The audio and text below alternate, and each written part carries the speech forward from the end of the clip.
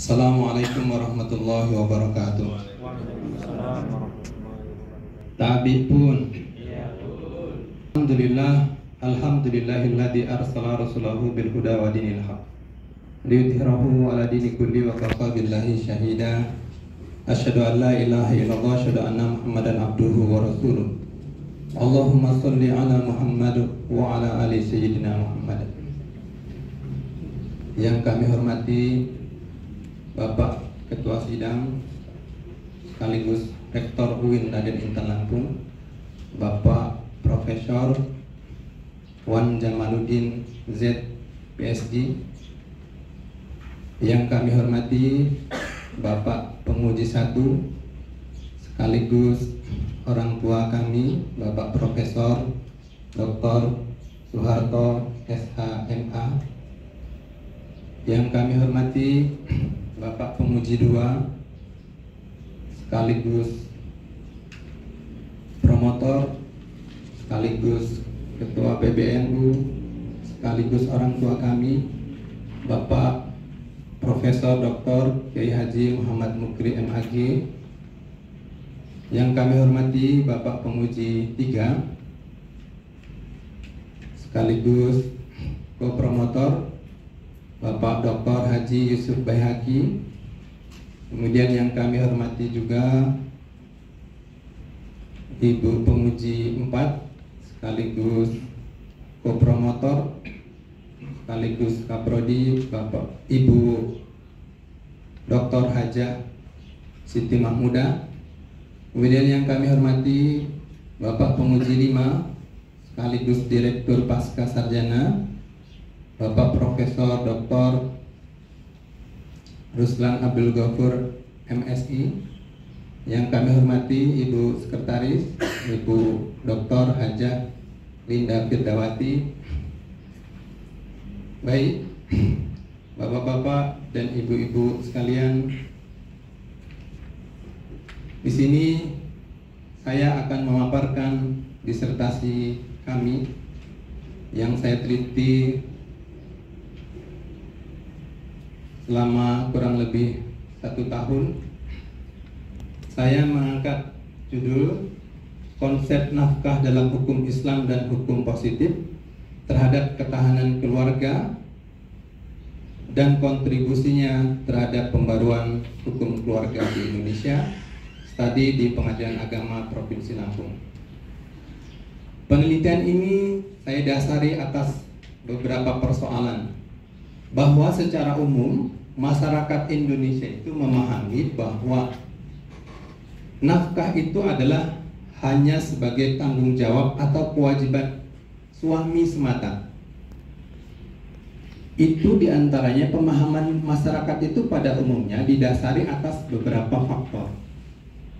Di antaranya adalah karena beberapa teks hukum Islam dan teks hukum positif memang hanya mewajibkan kepada suami saja, sedangkan istri tidak memiliki kewajiban apapun dalam hal pemenuhan nafkah di sini.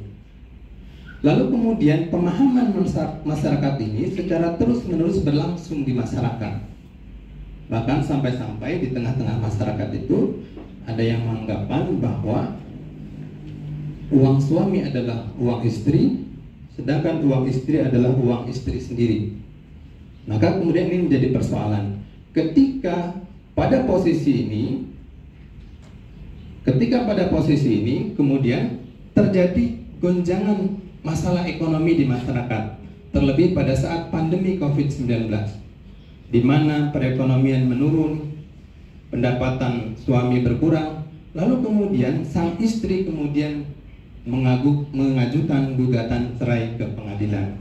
Maka ini tentu menjadi persoalan yang kemudian harus diselesaikan. Maka ini kemudian menarik untuk saya teliti lebih lanjut.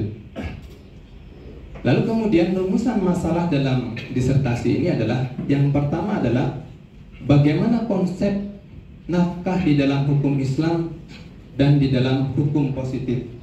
Jadi di sini saya ingin melihat terlebih dahulu bagaimana sebenarnya konsep nafkah yang ada di dalam hukum Islam dan kemudian yang ada di dalam hukum positif. Kemudian rumusan yang kedua adalah bagaimana implikasi dari pemahaman dari konsep nafkah yang ada dalam undang-undang dalam di sini adalah dalam hukum Islam, dan kemudian hukum positif. Hukum positif ini adalah Undang-Undang Perkawinan nomor 1 tahun 74 dan kemudian kompilasi hukum Islam. Lalu kemudian yang ketiga adalah bagaimana konsep nafkah dalam tafsir mubaddalah dan pengaruhnya terhadap pembaruan hukum keluarga di Indonesia. Metode penelitian yang saya gunakan ada dua. Jadi kami meneliti secara kepustakaan, jadi bahannya dari teks-teks ayat Al-Quran, kemudian undang-undang, kemudian juga artikel ilmiah, dan lain sebagainya. Lalu kemudian metode yang kedua, kami juga melakukan studi lapangan atau field research, itu paling tidak di 4 pengadilan agama di Provinsi Lampung. Yang pertama adalah Pengadilan Agama Tanjung Karang, kemudian yang kedua adalah Pengadilan Agama Sukadana, kemudian yang ketiga Pengadilan Agama Tulang Bawang, dan yang terakhir adalah di Pengadilan Agama Tulang Bawang Barat. Kemudian setelah kami melakukan riset, maka ditemukan bahwa konsep nafkah yang ada di dalam hukum Islam itu memang mewajibkan hanya laki-laki dalam pemenuhan nafkah, sedangkan istri tidak memiliki kewajiban dalam pemenuhan nafkah. Lalu kemudian di dalam hukum positif di sini adalah Undang-Undang Perkawinan nomor 1 tahun 74 dan kompilasi hukum Islam juga menegaskan demikian. Setidaknya dalam Undang-Undang Perkawinan nomor 1 tahun 74, masalah konsep nafkah ini dituangkan di dalam pasal 34 ayat 1. Yang di situ bahwa suami adalah memiliki tanggung jawab memenuhi kebutuhan nafkah keluarga. Sama halnya di kompilasi hukum Islam, ini dijelaskan, dituangkan di dalam pasal 80 kompilasi hukum Islam, yang kemudian juga menegaskan bahwa laki-lakilah yang memiliki kewajiban. Lalu kemudian pemahaman nafkah yang ada di dalam hukum Islam dan hukum positif tadi yang mewajibkan pemenuhan nafkah bagi suami saja, lalu kemudian berimplikasi ternyata memiliki dampak atau implikasi terhadap ketahanan keluarga di dalam masyarakat.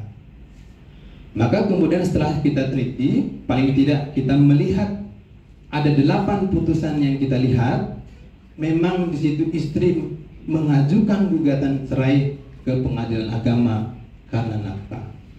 Paling tidak yang kita temukan adalah selama pandemi COVID itu kasus cerai gugat di Provinsi Lampung itu meningkat sekitar 34%.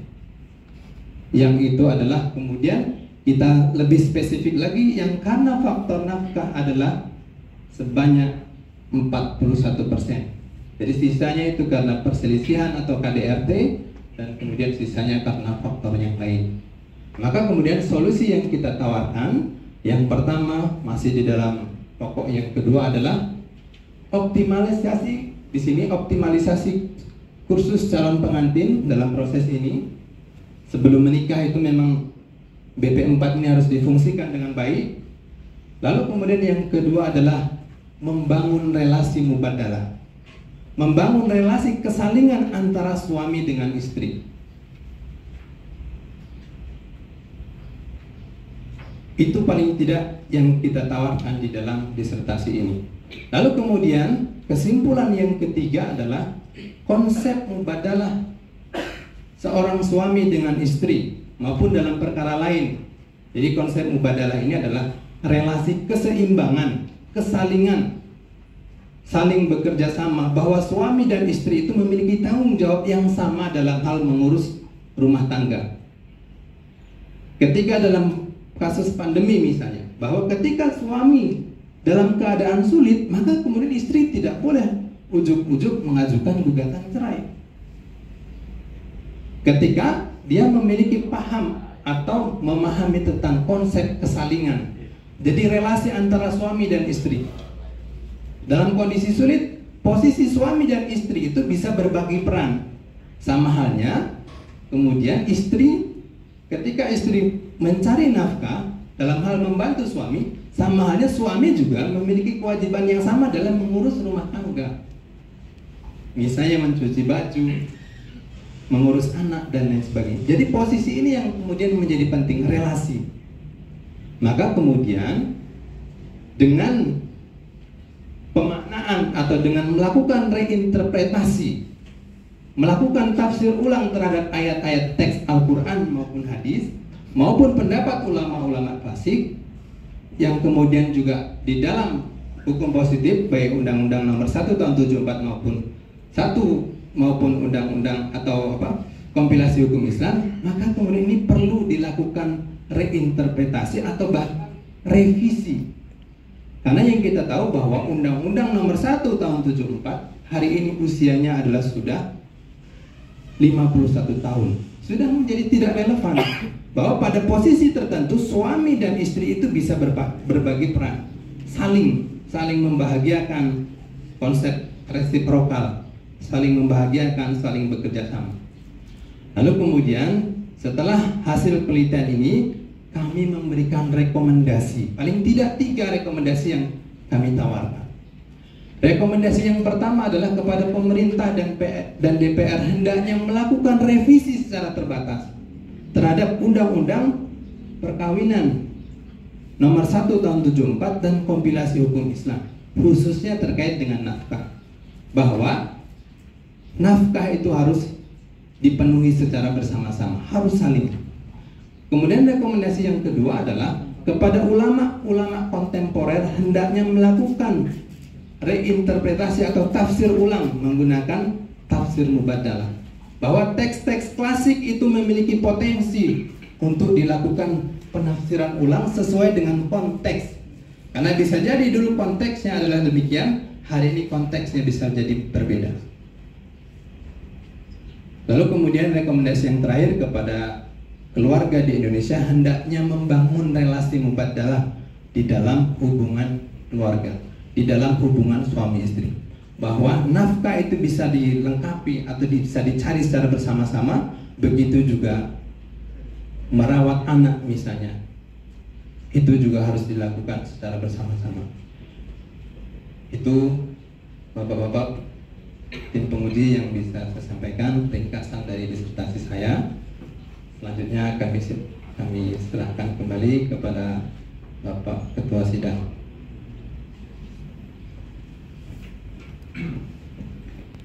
Baik, terima kasih ya. Setelah menarik disertasi yang Anda sajikan, Anda ingin membangun relasi mubadalah dari lokal dalam kehidupan keluarga, dalam hal ini adalah posisi suami dan istri.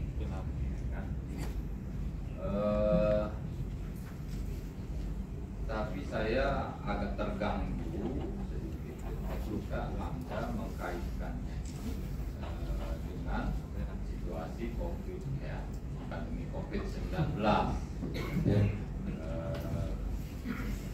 Menurut saya itu kan fenomena yang temporal, kasusnya COVID-19 itu. Kenyataannya kan saat ini kita sudah mulai memasuki masa pemulihan.